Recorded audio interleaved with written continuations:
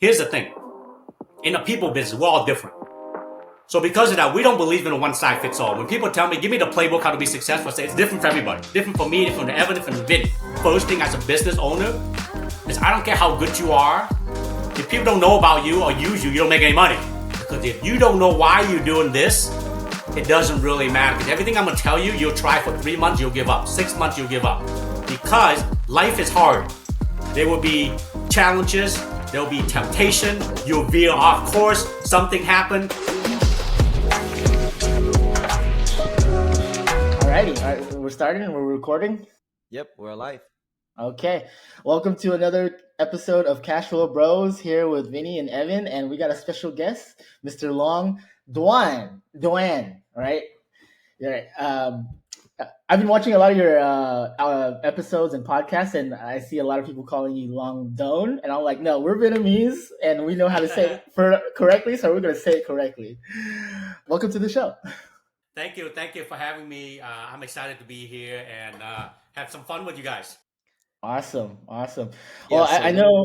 Yeah, sorry. Go ahead, Evan. Sorry about that. All right, so we're doing this on Riverside now, so it's gonna be hard because usually we record together in the studio, so we sync a little bit better. So today, you're a guinea pig.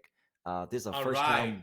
Yep, and we're looking to do more of that. And I will introduce Anh Long because I know Anh Long for a long time through Aria. He's a very respected individual, a mentor, a professional, and very well established for his organizations, the RG Realty Group, hence the sweater. And we're gonna get into a little nitty gritty of your background a little bit, so people get to know you better. But how I know Anh Long is, I mean, he's always there, very approachable, answer a lot of questions. He's a great mentor. Also, too, his new title that I don't see in his bio yet, that is VNARP National Board Member, is he's helping us with our upcoming leadership that's coming up in Northern California. So really excited to have Anh Long part of the leadership board. And again, it's a great platform, VNAR, to get someone like Anh Long and many others to join and help give back, and not only sharing their secrets, but also help promote other leaders that wanted to be better, thriving in their community. But that, without further ado, I want to welcome Anh Long. And Anh Long, can you just share with us a little bit more about yourself? Yeah, thank you for having me on here. You're right, Vinny. Doan is how we pronounce my last name correctly, but I came to America in the early 80s, right after 16 Candle came out, right? So people mispronounce my name in school. I got made fun of, Long Doan character from 16 Candle. Oh And my then, gosh. there's a back pills here in America called Doan's pill, which is spelled the same. So then it was easier for people. They start calling me Doan instead. Like, is it Doan because it's spelled the same way? Like, sure, let's roll with it. So then, yes. Yeah. So I'm known as Long Doan, but Long Doan is my real Vietnamese pronunciation. So thank you for that. So quick little history. Came one of those boat people, like millions of Vietnamese people who landed here in America and the world. I left by myself when I was 13 years old. That was my third try. I made it to the refugee camp in Malaysia. In Wikipedia page, Pulau Bidong. It was nicknamed Hell Island, considered to be the most heavily populated place on Earth at that time. I was one of 40,000 people living in the size of a football field, and I did not know anybody. I was considered an orphan because I was by myself, so I had priority. So I only had to stay there for about 8 months. My uncle, who lives in Minnesota, my dad's brother, sponsored me. That's how I ended up in the cold, frozen tundra, Minnesota, where I live here today. And I got here. My younger brother, believe it or not, 2 years later tried as well. He was only 12. He also made it. So he ended up in Indonesia. So when he came to America, I moved out. We used to live with my aunt and uncle for a year when he came over. I moved out, put him through high school from 8th grade to high school, worked 3 jobs, went to the University of Minnesota. When I got out, I went into mortgages, was doing it for 15 years, eventually owned my own mortgage company with a couple of partners. And then the last 18, 19 years, I've been in real estate. I founded Realty Group. We are now the number one independently owned in Minnesota and the third fastest growing in America in the last 5 years, according to Real Trends. We have about 800 people there. And I'm very excited. I learned a lot along the way. And my passion is to give back because I'm not here today. It wasn't for all the people that helped me get here. And real estate is my platform of doing that. Man, there is a lot to unpack there. It's so crazy. I was telling Evan, nothing makes you feel more motivated when you hear a story about the old refugee camps and all the people who were struggling to try to get over to this country. I mean, being that we were both Vietnamese of descent, we both hear about this story, experience this story all the time. I know, Evan, you got your own story about that too. And it's so crazy that you mentioned that, as you were saying. My parents also came from that Malaysia island. I never No way. knew, it's because they are. I always heard them say it bidong or something like that. Yeah, But yeah. it's Look it up on Wikipedia page, Vinny. And they're probably it's being most Vietnamese people are very humble. We don't brag about and we don't talk about the thing we go through, so that's probably why they didn't tell you. But look it up, man. Wikipedia page right now. Well, I'll tell you this much. I know I've been alive for 35 years. My dad has never talked about his travels here. And then I talked to other people about how they were struggling to get on the boat, how they were fighting against Thai pirates, and dealing with the crowdedness of the refugee camp. So, man, crazy story And that you Yeah. for made it our through there. follower or fan, you've been getting at least story because these are very common story for the Vietnamese, especially the successful individual that we bring on the show. A lot of them come from the similar background because we're somewhat the first and the second generations of the Vietnamese here in America. But like a long point, I mean, we're coming from nothing, right?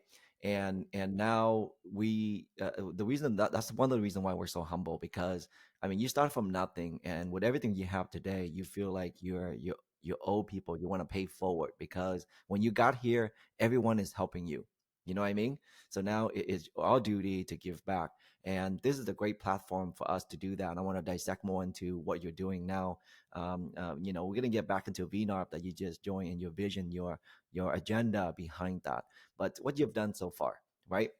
Share with us, because you're 600 agent, I correct? Yeah, so Minnesota? almost 800. Yep, we Or have 800? yes. 800. Yep. 800. 8 offices, right? Yep, we're up to 11 now. Yes. Oh, I wow. know my bio, if you people look up, haven't been updated. I need to update that. All Probably a right. couple years old. So after this episode, hopefully Long can update That's his right. bio. Thank you for the reminder. Yeah, I Your mean, Long. achievements It's at it's But VNAP once again, National like Board. Vinny share about his parents' story, right? We don't yeah. care about those kind of things. We don't go back to do it because it sounds like we're bragging, and we don't do that. So you're right. I Yeah. need to update that though, to at least to be accurate. Leader shows leave glues, and I think that's something that you're doing. So you're also a mentor, and you're actually coaching a lot of your agent, right? So a lot of questions here I want to ask you is that when you work with a new agent, let's say Vinny, for example, someone that got into real estate recently, right? What's some of the advice that you give them, and should they be having a goal like yours, having 800 agents and 11 offices? Is that something they should looking forward towards? Yeah, very very good question, Evan. So we get that a lot, right? Because one thing about our industry, because Evan, you are in it too, so is Vinny. So you're right. We a lot of us are in the real estate space. Real estate space. I know California, Minnesota, every state's a little bit different, but no matter what, it is still the barrier of entry to real estate professionals very low. Okay, Very what I low. mean by that is some state is like for us it's like 90 hours. Some states a little bit more, some a little bit less. You pass a couple tests, and now you're licensed to help people with one of the largest financial transactions in their lifetime, if not the most complicated and complex. What they don't also realize is that you're also running a business as an entrepreneur. I don't care if you're on a team, you have a team, you're brand new, you've been doing it for 33 years like me, you are a business owner. So because of that, a lot of people have very great success right away because it's also a people business. So in the people business, people work with people they like and trust. So if you're well connected, you can have no real estate experience, you get in the industry, you're still going to succeed. But the problem is you have great success because people like you and trust you, they want to work with you, but people only buy home every 7 to 9 years as an average. So you have great success the first year or two, and also now you're like, what do I do next? Because you've never treated as a business. So for brand new agent come in, I always tell them treat it like a business. You are starting a new business, so you need to start learning how to run a business. And the very first thing you should do is find a mentor, a coach, or align yourself with a broker or team leader that can help you navigate through all of the challenges that you're going to face, because there's a lot of them, right? So Mm-hmm. that's the first thing I will say is find somebody, because here's why, guys. There's three ways we learn as human. Okay, one is considered the easiest way to learn is by imitation. If someone will figure out how to do it, why do you need to reinvent the wheel, right? If you live in Southern California and someone know how to really get a lot of business in Southern California, why do you want to go start all over? Ask them how to do it. Yeah, in school it's called cheating, in life it's called sharing, right? Just imitate somebody, you know. The second way to learn is the hardest way, is by experience. Go through it yourself. Learn it through the school of hard knocks, right? Fight through it, fail, learn, whatever. But here's the cool thing: platform like these, you guys and me, we're sharing our experience so other people can learn from it, right? But the third, which is the most noble, is by reflection. Once you imitate somebody, copy somebody, learn from someone experience in yours, you have to reflect to see how that fits you and who you are as a person. Okay. One thing, I've been in America now for 40 plus some years. I'm watching and noticing American as a whole. We're starting to lose what I call a critical thinking skill.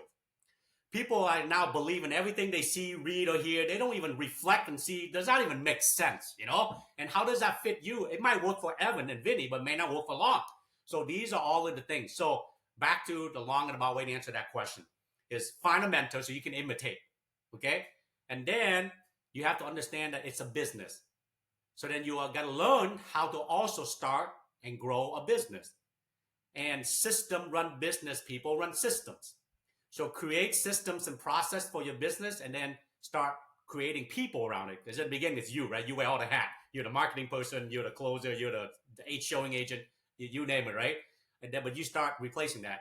So with that being said, back to the very first question. When I'm asked to help somebody or coach somebody, before I go into all these logistical things I'm sharing with you guys, I say we're going to spend the next 2 to 3 sessions, if not more, to find out your why.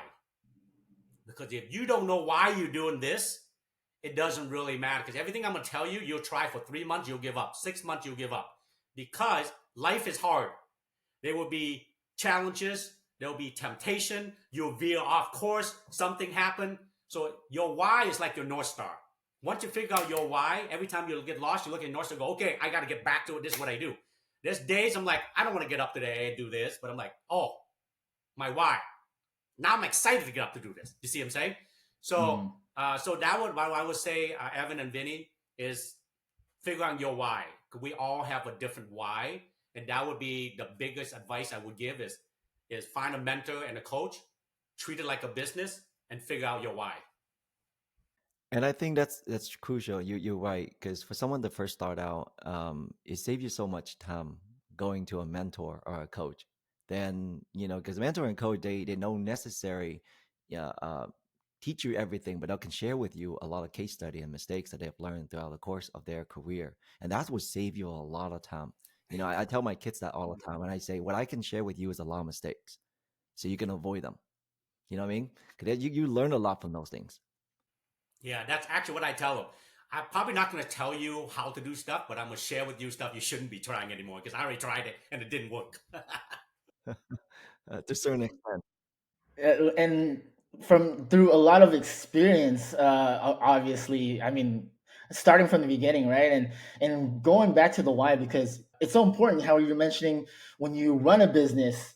A lot of these people who are real estate agents with a low barrier of entry, they don't have that foundation, right? And you can survive in this business without that if you were likable, and maybe like a lot of people, the market was great, so you didn't have to kind of develop those skills. But I love how you say it all always goes back to the person and the why. And it shows a lot because I see a lot in your other content how you talk about where your why comes from. Sitting on that beach at 13 years old in Malaysia, like, what the hell am I doing? Am I a victim or am I a victor? Am I lucky or unlucky?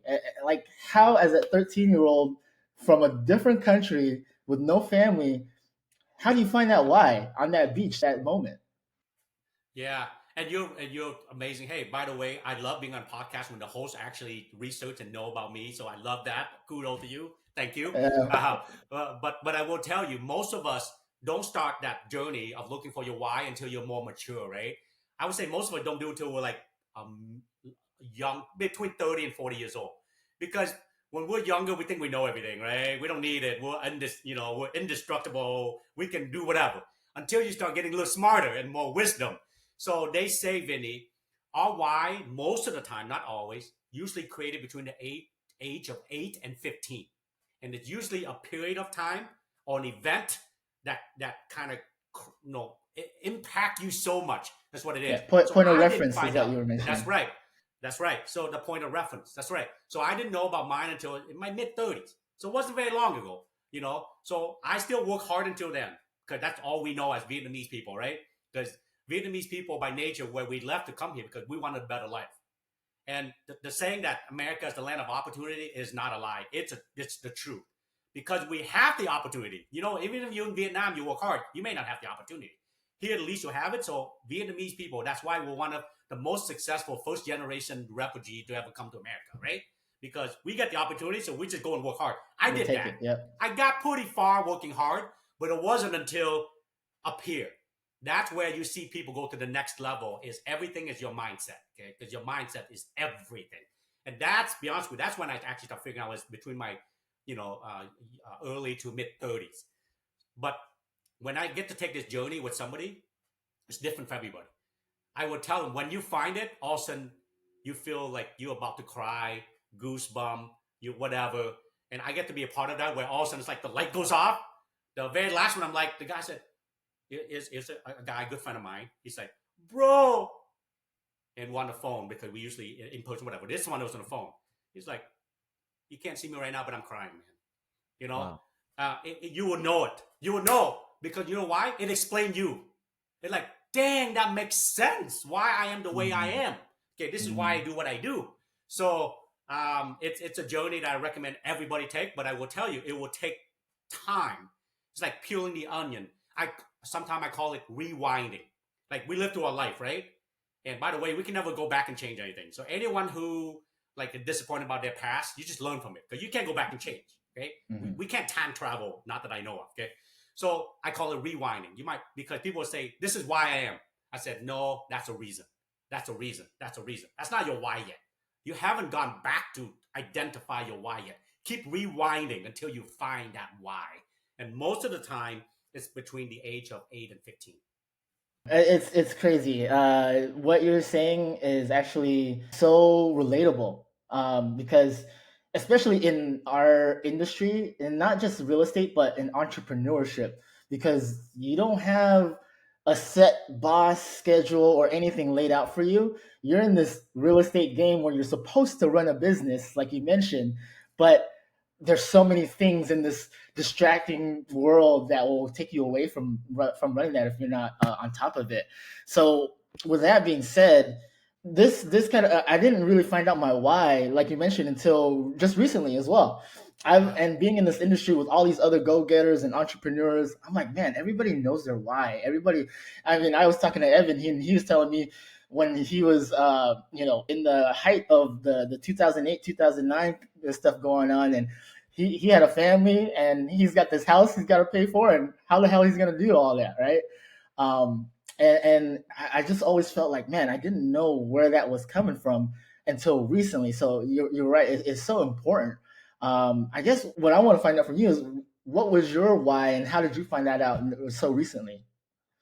Thank you for saying recently. I'm way older than my 30s now. The camera probably doesn't show my salt and pepper gray hair here. But Asian don't I raise them, just turned baby. I just turned 56, man, Wow. a couple Woo! weeks ago. You look Yeah, great, man. thank you, thank you. So, it's a little while, of course. And for me, it was the same. So I am now in my second marriage. So I've been with my wife now for 20 some years, married for 17 years. Okay, and it was in between is my first marriage that failed. Okay, and I guess you're gonna be in America, might as well live the American, right? Half the people get divorced, so I was not one of those now. So Yeah. and so I learned from a lot of that, and I'm a better husband and father now, obviously.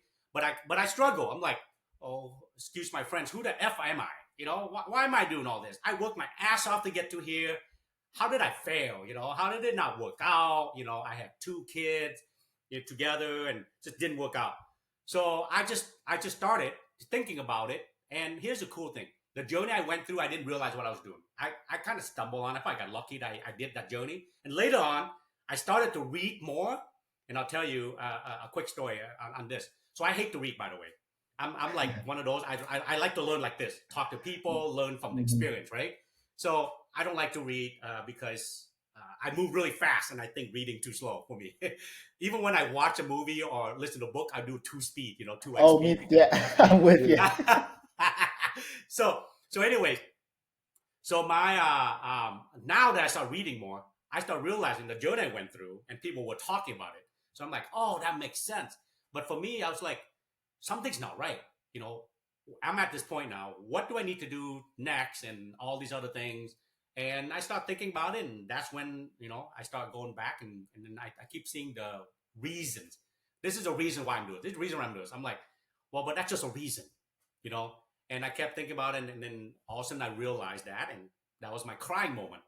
I'm like, dang, that's why. That's why. And ever since then, I feel like I'm a different person.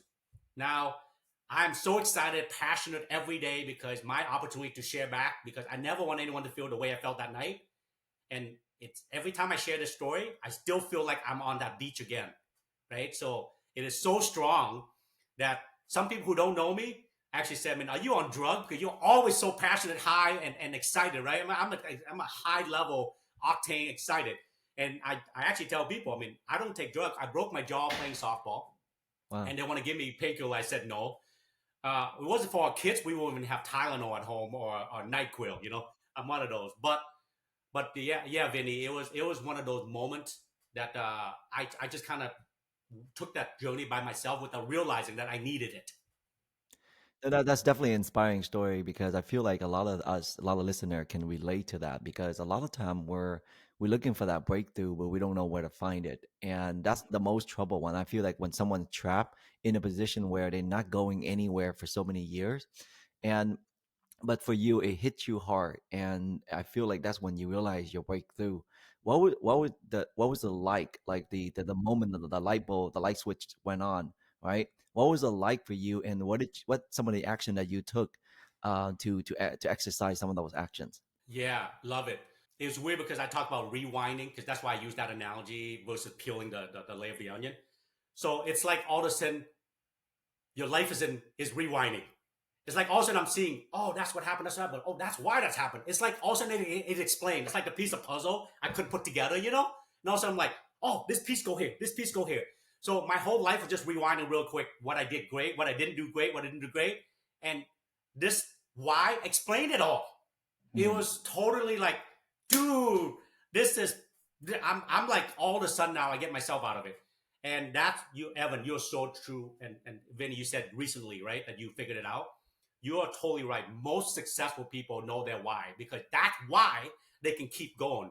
Because things are always going to happen to us out of our control. Mhm. Okay, but the only thing we can control is the controllable is us. Mhm. So usually it's when people are stuck somewhere in that situation they don't think they can get out is when they need to figure out their why the most, even more.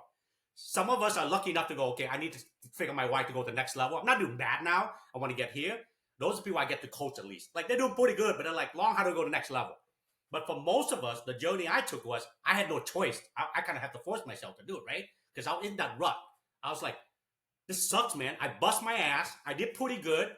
Same thing, I had a mortgage company, and and I built it the same, number one independently owned, 160 some people working there, and of course the '07, '08, '09 came around. That's when it busted out, and then all these other things that happened that forced me to stop, rewind, and figure out, you know, and it's it like I said, man, the light bulb goes on. It's different for everybody. Some people cry, some people, whatever. But it's like that aha moment. Even you're right, Evan. It's like, dang, dude, everything else just makes sense. It's really weird. It's like sometimes I tell people it's like that Rain Man moment. You see all this number floating, all of a sudden they fit together in a formula. Because all of a sudden it just makes sense. You got some great movie references, Anlong. So I'm a I movie dig buff, it. man. I love movie. I dig All it, right. man. I dig it. So let's get to the nitty gritty of the business, right? Yes. I think the listener is dying to hear, especially those that are in real estate and running brokerages. So obviously you're Vietnamese and you're in Minnesota with like a 200 people, Vietnamese people in Minnesota. Just about, yeah. um, and you managed to put together a very large operations, right? So how do you scale this business? And also, let's talk about the numbers a little bit, the profit, right? The cash flow. Let's talk about that. Let's go inside to see, what this business is about and why you build it this way. You got to buy him a drink first, Evan, before we get into the nitty gritty, man. Dang, gotta go first date first. Yeah. Hey, I love to share, obviously, so I have no problem. But I will say the great thing about our industry, Vinny, you said it, is like being an entrepreneur, right? So, I, being in real estate is essentially small business owner. Okay, so you have to run it like that. But the cool thing is, successful real estate people, if they want to, they can go run any other businesses, and they also learn about profitability. I mean, but why real estate? First of all, 90% of all millionaire became millionaire by owning real estate. Okay, this is True. why this show is so great that you guys are sharing. Everybody needs to learn how to do this. So I just explained to my before I go into nitty gritty, I just explained to my youngest daughter, driving her at the drop off at a care booth. She's getting picked up. We have this big event tomorrow. 250 agents going to be there. It's called Success Summit. Okay, so then I told her, kid, she's 20. I say, let's help you buy a house. And I'm trying to explain to her why she should buy a house, because she's like, well, it's going to be a little bit more than my rent payment. Right? So I'm like, of course, if you're renting, you're paying someone else's mortgage. I went through that whole scheme. So her two brothers, now 23 and 26, we bought them both a house. We did what you call rent to own, because they couldn't afford it at the time. So they both went out at about 20, rent to own, pay us back until you get your financing, right? So he did. Our 23-year-old just moved back into our house because we just helped him sold this house. He's going to look for another house, but he want to move to Arizona. Made $45,000, right, in 3 years. So Not bad. I'm trying to explain to her all these things that why it should go in real estate. But back to the business, it's the same if you think about it. Okay, you have to understand numbers and you have to be a business owner. So here's how you start out. First of all, we all start out as us. We try to do everything, right? And we don't know anything, but it's a people business. So most of us start out.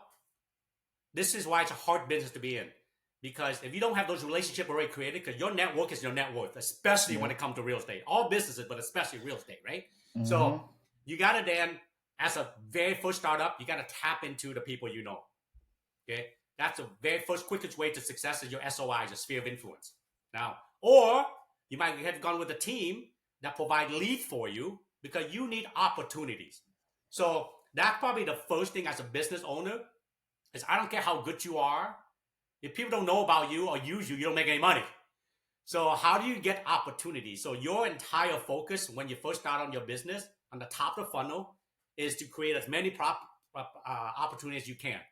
So I always recommend people to do what we call a SWOT analysis. Okay. Yeah. SWOT. S is strength. W is weakness. Your strength and your weakness is you internally, you as a person. The opportunity and the threat is your business that you're starting out in your market, right? And it's different for everybody. And we usually go through that exercise, and I always remind people, sometimes your strength is your weakness and your weakness is your strength without realizing it, right?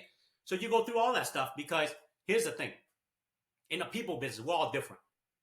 So because of that, we don't believe in a one size fits all. When people tell me, give me the playbook how to be successful, I say it's different for everybody. It's different for me, different for Evan, different for Vinny.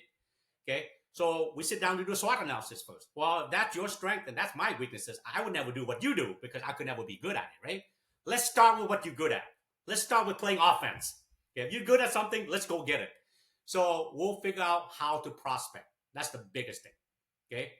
But the problem you said already, Vinny, that people show up and there's no structure. Because as an entrepreneur, you don't show up and check in and you have a structure. Your boss tell you, here's the 3 things you do today. Here's your task. When you're done, you go home, right? And then they hold you accountable. You don't do it, you get fired or you get laid off or you get disciplined.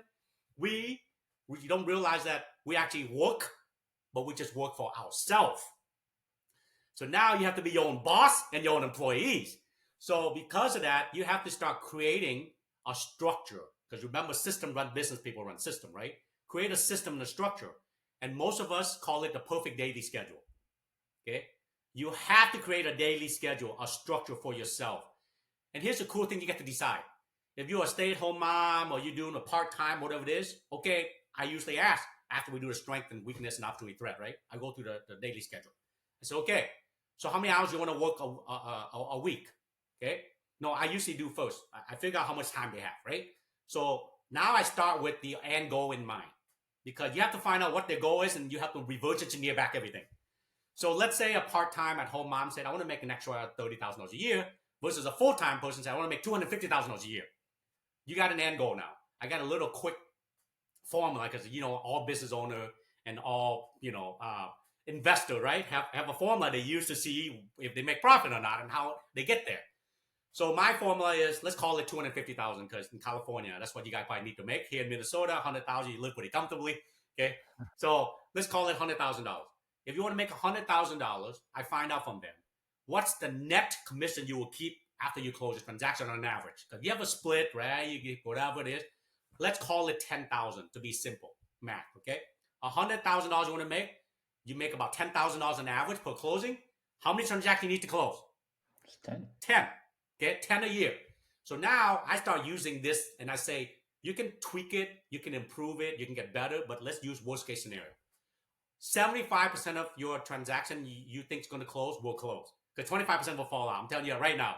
Dad walked through final inspection, didn't like the way the doors hung, cancel, right? A lender found something that they didn't know about, didn't get approved, just weird thing happened, right? So 25% will fall through. That means only 75% of your deal will close. So you take 10 divided by 75%, you need 13, 14 contracts. 13, 14 buyer, seller, right? Whatever that number looks like, right? You following me so far? So you need 14. Let's round it up. So to get 14 contract, you need to meet with enough people to get the contract.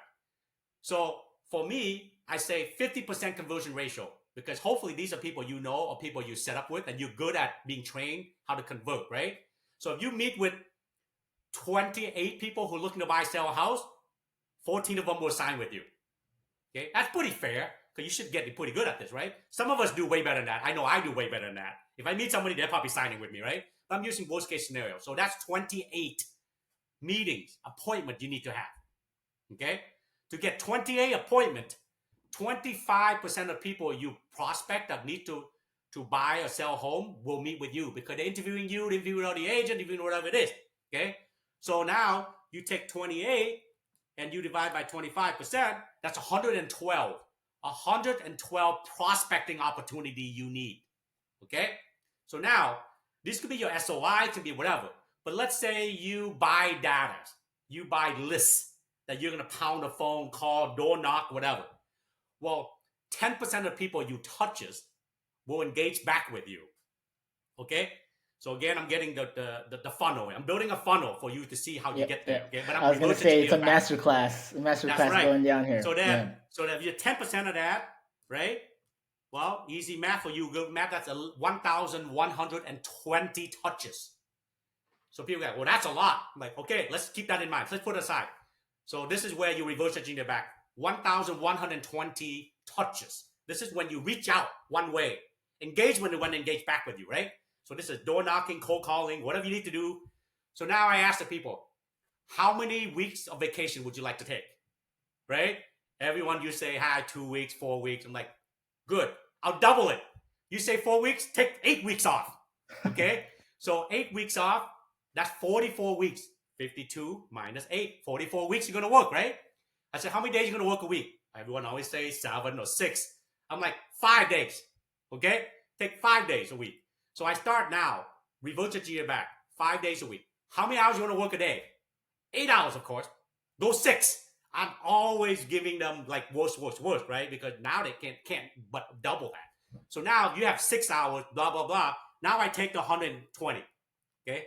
I take 1,120 touches, divide by 44 working weeks. That's 25 a week. Wow. Okay? And if you work 5 days a week, divided by 5, that's 5 a day. Okay? If you work 6 hours a day, that's freaking one touches an hour.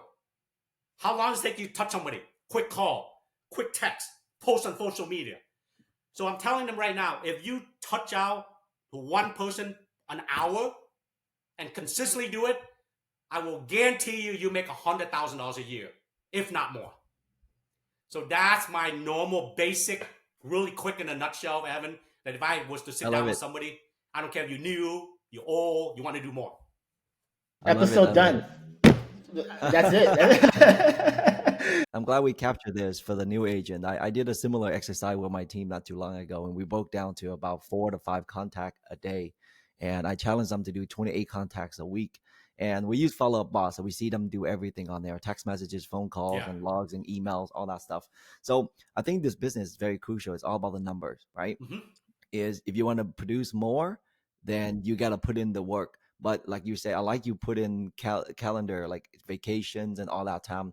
I mean, really looking at it, if you go out and find a 9-to-5 job and you work for somebody, you got to put in 8 hours of work every day, right? And you have to submit requests for vacation. When you work for yourself, you kind of have to do the same thing. You see what I mean? And I'm glad that you put all that structure in place, so everyone know that in this business, you got to run it like a business. But here's the thing again. Unless you figure out your why, you won't do any of this stuff I'm telling you anyway. You know what I'm saying? But yes, so then now if you have that 6 hours a day, Evan, now break down your day. It's from 9 to 10. This is what you do. From 10 to 11, that's what we call the perfect daily schedule. And you stick with that, right? Now, our industry does have a lot of reactive work. Hey, I want to go see a house, right? I got to respond to this because they offer. Great. Build it into your daily schedule. You know, that's one thing people really bad at is how they use time. Because time is a game changer. I don't care if you're a billionaire or you're homeless. We all have the same amount of time. But successful people figure out how to use their time more effectively, right? So again, that daily schedule, set it up and then follow it. That's powerful. Yeah, epitome of what you said earlier. Systems run business and people run the systems.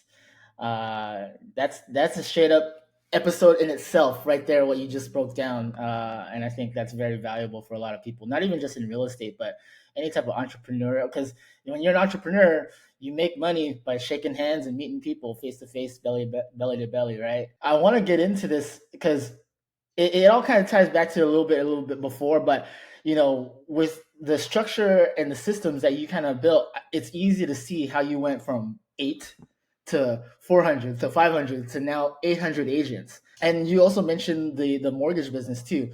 Real quickly, I want to find out, what is it that you do? I mean, I know you put the systems in place, but give us something really tangible that made you consistently, when you make a business, it goes number one. I mean, because even with the real estate stuff, you don't see any Vietnamese real estate professionals in the top 15 of real trends at all. You know what I mean? So what's the thing that's consistently getting you to the number one spot?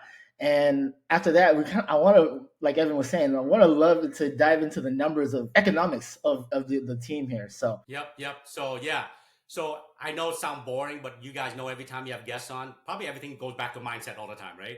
So mindset. Well, right. Evan's not exaggerating. We have a few more than 200 Vietnamese people here, but not a lot.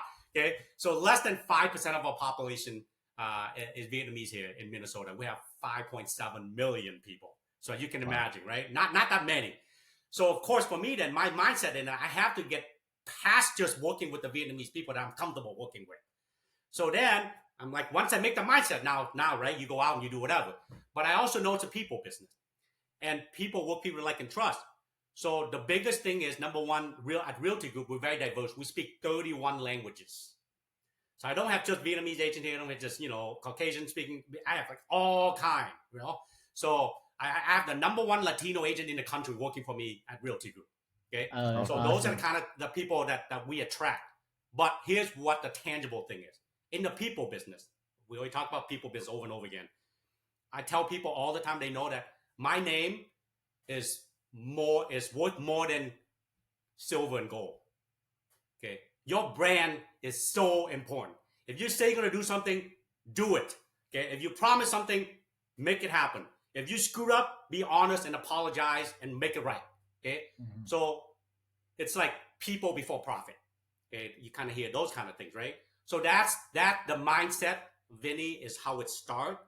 So then because of that, When I sit down and I meet with people and I tell them about the opportunity we have at Realty Group, because there's a culture code in the people business. There's a culture code. Okay. There's 3 reasons why people are with you, your organization, your team, your podcast, whatever it is, right? One is they want to feel safe. When they come to you, don't feel like, I feel safe here. I'm hanging out with Evan and Vinny. They're not going to, screw me or cut something I say, take it out of context and make me look bad, right? I feel safe. That's why I like you guys. I want to be here. Same with any organization, team, or brokerages. Okay. Want to feel safe. 2 is I want to feel connected. Every one of my agents knows about my story. They connect with me as a person. They trust me. They like me. They know my name is better than silver and gold. If Long says it, I know it's going to happen, right? So they feel safe. They feel connected. And the third thing is that you have to have a shared vision or shared future, meaning that we'll go all to the same place. I'm going to lead them to where they want to go. If I'm going north, they're going south. It's not the right alignment. When I meet with an agent, I literally tell them, we're not in alignment. You're not a good fit for me. Okay, you should go somewhere else. Because we actually say no to them more than we say yes. Because bringing in the wrong person is not going to work. Because there's many, many good models out there. But we're only right for a certain type of models, right? So let's just focus on that. So that's what it is, Vin, is that we're putting system and process. System run business, people run system. And we plug in the right people. We always say we'd rather hire for culture and train for skill. You can come with a lot of skills already, but sometimes they're bad habits, right? If you're not the right culture, it's like a cancer. It's contagious. Totally. We will ask people to leave when they're negative or drama. We had one person we asked to leave that did 121 transactions a year. That's a lot. 121 transactions. We found out a bunch of stuff about her within the 30 days. We vetted, we verified, we asked her to leave, said, Long, are you serious? I'm like, yes. It's brand protection for us. We don't think you're a good fit here. So then that's starting to get noticed. And people start to go, I want to be at that place, And now it's not all about numbers anymore. Of course, that's important for all business owners. That has to be, and we can talk about that next. But it's still about the people, and they want to trust the people. So true, because especially in our business, I feel like agents are always top of mind thinking about what's the split at my spot, right? Mm-hmm. What's the split, but not thinking about the culture or the accountability or the tools. They're just thinking about, I'm getting 70-30, I'm getting 50-50, I'm getting 80-20, right? Or whatever. So with that, I know your brokerage is set up a little bit differently. Yeah. Can you kind of go into that? Yes. So the traditional real estate model, as I call them, and everybody know who they are. I don't need to call them out, but I think their value proposition is just not current or relevant anymore. So unless they're making the changes to keep up, right, they're going to start to struggle, and they will start to lose people to the new model. That's just evolution of every industry, right, including real estate, which is going through a slower than most industry. Okay, you look at Uber. People still get rides, but now they use Uber. People still travel, they use Expedia, right? People still watch movie, they use Netflix. Hell, I have a daughter and a wife. Shopping shows up at my house every day at Amazon, So everything has changed. Real estate is one of those last space that's changing. And because of that, the model needs to be changed. So when I started Realty Group in 2009, I went right from mortgage to real estate. 08, 09, you remember that time. We talked about that a little bit already, right? For me, as a business owner, I did my SWOT analysis, and I saw a threat in my mortgage business, but I saw an opportunity in the real estate business. So I went from mortgage to real estate, and I closed 1,000 transactions my first couple of years in the industry. I think I was number 4, number 5 in the state of Minnesota because I jumped into REOs. Okay, I figured right away that's the opportunity, and I figured out how to get there. I reverse engineer back every step, just like I did this exercise with you guys, and I found out Freddie, Fannie, HUD, a bunch of big banks are out in Dallas. My kids were young at the time. I told my wife, honey, I'll see you tomorrow, about every 3-4 weeks. I fly to Dallas, $104 round trip, I remember, an hour and a half, 2-hour flight. I landed about 10 o'clock, the time we're talking right now, my time anyway. And then I set up a bunch of meetings with what we call asset managers at the time, okay? So I got a coffee, a lunch, coffee, happy hour, dinner, next morning a coffee, and then I go back. I meet 6 to 8. I get to know them. I build a relationship with them. I know their significant other, their kids. We talk. I ask them what all the challenges they have in their business. They share with me. I did that for almost a year. I also learned that the contracts stay with the broker. So if I get a contract, so then I have to wait my 2 years, now it's 3 years in Minnesota, to become a broker. So I did all this stuff. I built up. I was selling a little bit of real estate in the meantime. And then once I got my broker, my broker license, I started a realty group. I now call all my friends, say, guys, I'm ready to go. I went from 0 to 400 listing in 6 months. Okay, so that's how I got into the real estate business. Wow. So back to building this thing out. Okay, so this is what you have to start understanding, is that you have to see what all the opportunities, the threats are. So if you didn't already know this, the real estate sector, we account for about 17% of the US gross GDP. Okay, and every real estate transaction, there's an average of $113,000 in economic impacts. Yeah, that's right. Why? Because on an average, 40 people touches real estate transaction. Real estate agents, brokers, mortgage people, title, escrow, mover, stager, photographer, plumber, appraiser, inspector. I can go on and on and on and on, right? Well, that means there's different places you can get revenue. Okay, different vertical. Remember, a business owner, right? You got to think of vertical of where you make business, right? Right. So the way our model is set up, my business partner Mike and I. So in 2014 is when REO started to dry up. So that's when we started to grow Realty Group. That's when we had 8 agents, right? That's really what we call RG 2.0. So my business partner Mike and I got together and we talk about it. So now we're like, let's do something different. So now here's how our model works. We built this ecosystem, and when an agent comes to us, we're going to share 100% of their real estate commission with them. Okay, that's about 10% of the $113,000, right? Average $10,000 commission in our market, California, maybe a little bit higher. Okay, so we share that. We get a nominal fee, broker admin fee of $595, $600, and we have a subscription of $100 a month. Okay, everyone pays $100 on with us. Well, of 800 some agents, that $100 a month goes into the pod, a partnership model, where we use that to get follow-up boss for them. We have wide local, we have reevaluate, we have listing to lead, we have all these things, we have all the support. We literally give them a full service traditional real estate model, because everyone chips in $100 to do that. Okay, then every transaction they close, we get the $595. So that doesn't sound like a lot, but we average about 4,000 to 5,000 transactions a year.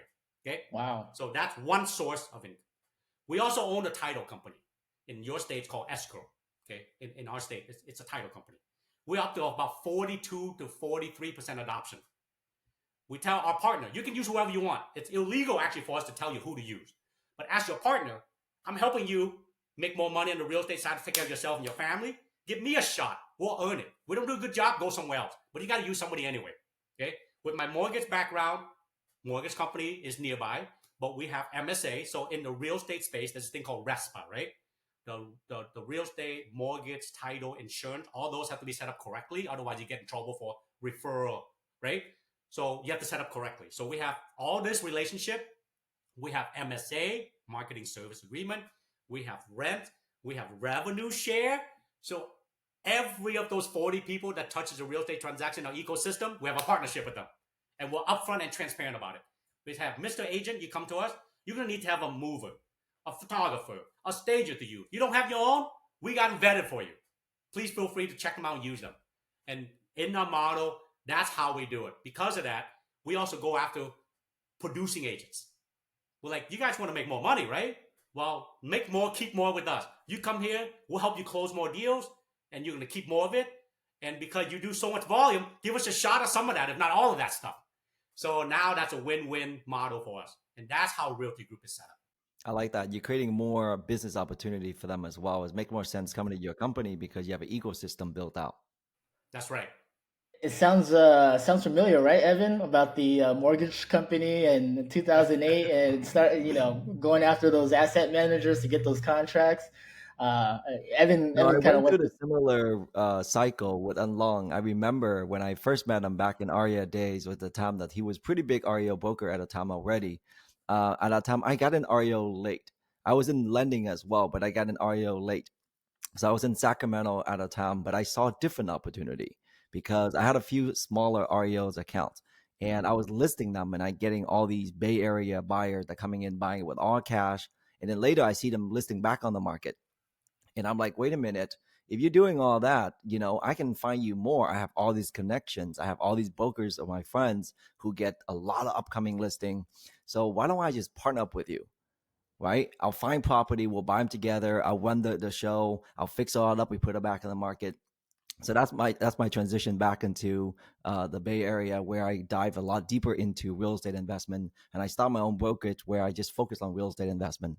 And we went out and we call ourselves at a time an acquisition manager. So you guys were the REO brokerage. We're the acquisition manager. Whatever you're selling, we're buying. Smart. So at that time, that was it's funny that we came with that concept, and we buying property cash. We go to courthouse auctions. You remember that? So Yep. that was a fun day for sure. Let's talk about more of the cash flow, the business, right? Running this ship, right? Should someone like Vinny or myself, even running a team right now with 11 agents, should I look forward towards putting together ecosystem with 800 agents? Is Yeah. there a No. profit margin for that? No. I will tell you why. Because again, it's back to your why. If your why is like right now, my kid's older, right? So Right. if you have younger kids, you might want to spend more time with your family. You might do this, do this. So my model is not a good fit for you, right? What I'm doing is not right for you. That's what I'm trying. People always say, "Hey, Long, I want to be like you. Want to do this?" I'm like, I don't think you're ready for that, or I don't think you're the right fit for that, or I don't think this business is the right fit for you. It's stressful. It's high stress.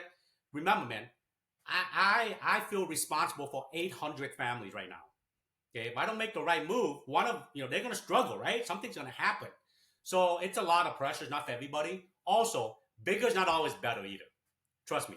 There's many days because I still do a couple deals here that stay sharp, right? When an agent call me, I want to know what I'm talking about. There'll be a couple times I'll do a couple deals and I'll tell my wife, "Oh my God, I'll just do 2, 3 deals a month like this and not even have any headache." But I remember my why, because my why is I want to help people to do better, right? To never feel hopeless, helpless, and to be able to take care of their family. Then I go back to this. I'm like, hey, I still make a very good living. Can I make more money and work less? Absolutely. Okay. So you have to know your why. You have to know what you want to do before you start growing your business. But yes, if you want to do this, you can as well. I just don't think that sometimes you can be, because I'll tell you right now, every time we grow, right, from 50 agents to 100 agents, we're like, wait a minute, we're losing more money at 100 than we did at 50. Why? Because you have to put in the infrastructure. You have to invest in growth. You have to open a new office, right? You have to pay more people to help you out. You have to buy a different platform. So now you're constantly investing. And then by the time you get there, what used to work for you at 50 agent doesn't work at 200. Guess what? You got to adjust and adjust. So you're constantly, so what I will tell you this, look at your business. Right. And decide, are you building to last or building to sell? That's the important part for all business owners. Okay? Building to last or building to sell. Then you start creating that structure, the system, the process, right? And then start going, okay, instead of going out to get bigger, how do you maximize what you already have? Correct. If you have only 10, 11 agents, instead of going to 20, what if you load up the 10, 11 agents with more leads, more opportunity, they close more deals, everybody makes more money. So bigger, more is not always better. I'm not saying that it's not, because we're doing it, but it's different. So I'm not saying yes or no. I'm just saying it's different for everybody is my answer. Yeah, and I want to emphasize that it's this the responsibility, and I like that you say it in that way because your passion in terms of protecting these families that you built them over the years, and that's perfect transition for us to the reason why very excited for you to be part of VNARP National Board and our leadership team, because I know we have a leadership retreat coming up in January in Northern California. And the reason I'm really excited because you have to know how to build the ecosystem to expand and scale out. And I think VNARP have done very good to where we are today. But I think we get to the point where we start to scale, right? And with that, VNAP is a nonprofit organization, stand for the Vietnamese National Association of Real Estate Professional. So we now have 3 chapters in Northern California, Southern California, and Houston. And this year we're looking to expand to more chapters. And why we created this platform for people like Unloan to have a place to plug in, give back, and help scale. And this scalability is not for profit. This scalability is to help Vietnamese and non-Vietnamese members of VNARP that want to thrive and grow in the Vietnamese community or give back to the Vietnamese community. In a sense, it directly benefits our community overall. So with that, I want to ask you this question. I mean, with your leadership skill, what are some of the things that you're looking forward towards, plugging into VNARP, and what are some of the vision you have for VNARP coming up in the next maybe 2 to 5 years? Yeah, well, first of all, great job starting this, Evan. I mean, you have a great vision, right? And this is where it's a time to go to the next level. Okay. Because system run business, people run system. You kind of created this system of this thing. Now you're plugging in people. You're bringing on really good people now that I noticed. Helen, right? And Jung, you already, and Thumb. There's already this whole group of people I got to meet. Like, dang, this is some great people here. So that's why it's going to happen, because you now have different people. Okay. So now my job to come in is to help out, is to follow your lead that you already started, and to help bring that vision to reality to the next stage. Okay. And what that is let's make sure we have the right people in place with the right why. And for this type of organization, including my business, sometimes I feel like I am running a nonprofit, because I probably don't make as much money as one of your agents. My agent don't, right? For me, when I look at someone, coach someone, I ask them, what's on an average, how much does each agent make for you profit? Like, they don't know. So how do you not know? If you do, this is how you scale your business. You go get 5 more, you want to make $5 more $100,000, whatever that is. Well, for me, it's the same. This is why it's going to apply here, is that we want to help people and create this platform. Okay. If you help people, money will come, right? Help others achieve their dreams and you'll achieve yours. So that's what we're going to think, and you already started that.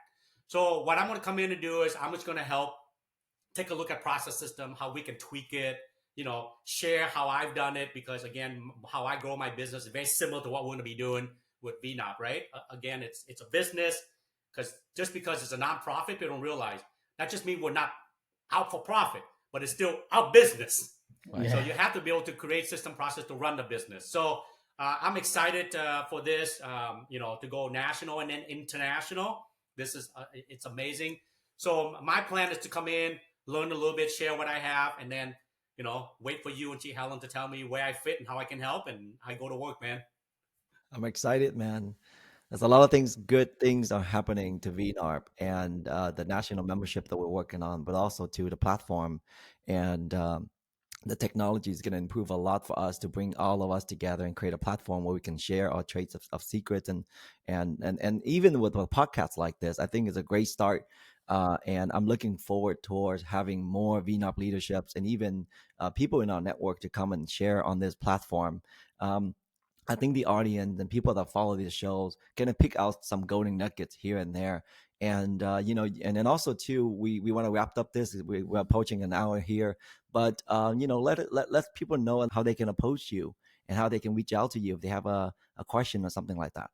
Yeah, I'm very open. I'm very busy, yes, but I'm always here to help, right?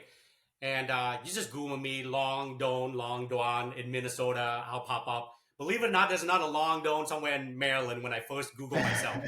By the way, if you're in business and you don't Google yourself to see what you look like out there, you need to do that, by the way, okay? Because you got to create your brand awareness. You have to be out there, because that's how people look you up nowadays, okay? So just look me up, Long Doan in Minnesota. But I will tell you this. During COVID, okay, COVID, one of these things that changed our evolution of people too, right? A lot of things changed from COVID, some good, some bad. I remember during COVID, everyone's like, oh my God, what's going to happen?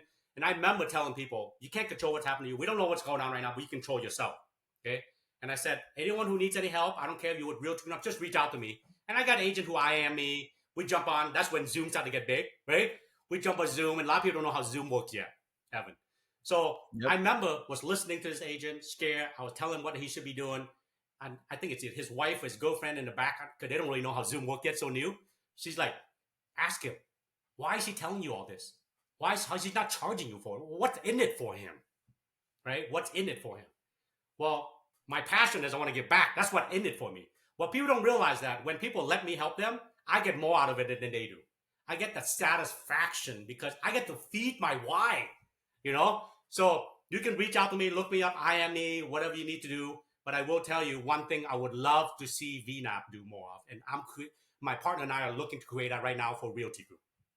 It wouldn't real estate. Why are we not, as real estate professional, own more real estate ourselves? Okay. Mm-hmm. We want to start creating syndication opportunity, investment opportunity where everyone who is part of this ecosystem can do it. So not Realty Group, maybe VNAP can do it. Maybe this platform you guys have a place for people to go to, links that I want to be an investor with you guys. You got any deal? I want to be in on it. That's what I like to see more with VNAP as well. is an actual place for people to build wealth while being a member of it. Yeah. Well, you said it earlier, and we talk about it on this show all the time, is your net worth is your network. And it comes from finding deals to any sort of other opportunity. It's just getting all the right brains together so that way magic can happen. I think this was such a great episode. I'm like super inspired, and it's cool to see too, just because you talk a lot about familiar things that I think a lot of entrepreneurs need to listen to. And we didn't really touch about it too much, but I love how you took the opportunity with your business, saw other multiple verticals that you can make out of it: the lending side, the title side, the coaching side, which speaks to the true entrepreneurial and business person that you are. But I think people should get inspired by this because there's so many other things that you can look into if you just keep your eyes open and work hard, because it'll come to you, right? But in any case, looking forward to talking to you a little bit more as well outside of this, Long. And thanks for spending the time with us. I think I want to answer the idea that you have in loan. Since VNOP inceptions and to the future emissions, a lot of VNOP member have done a lot of business together already. But definitely, you're right. We need a platform that more strategically where we can actually reach out and say, "Long, you got a deal in Minnesota. Let's do a deal together." Because I love to do a deal with the people I associate with and hang out with all the time, especially in the leadership level. So definitely, I think we can definitely develop something like that. I'm really excited to continue working with you and to build out, a platform that we have in place for. But thank you so much for being on the show. It has been a lot of insightful information. I feel like you're very approachable as always, and let's share this on Facebook. So maybe we can start a comments area and people can start chatting about it, and that'd be great. What do you think, Vin? It's awesome, Well, man. thank you. Thank you for having me. I didn't know an hour flew by so fast. Just having fun hanging out with you guys. I felt like we could have been sitting at the table having some coffee and a drink and just having a good Totally, time. man. Yeah, you were saying earlier, people think you're on drugs, but honestly, whatever it is, I want some of it. So thanks a lot. I appreciate you, and we'll keep in touch. All right, guys. Thanks, Thanks guys. again for being on the show and Cashflow Bros. If you like the show, please subscribe and click on the alert button. And we're looking to stay in touch and answer some of your comments. All right. See you guys. Have a good day. Bye.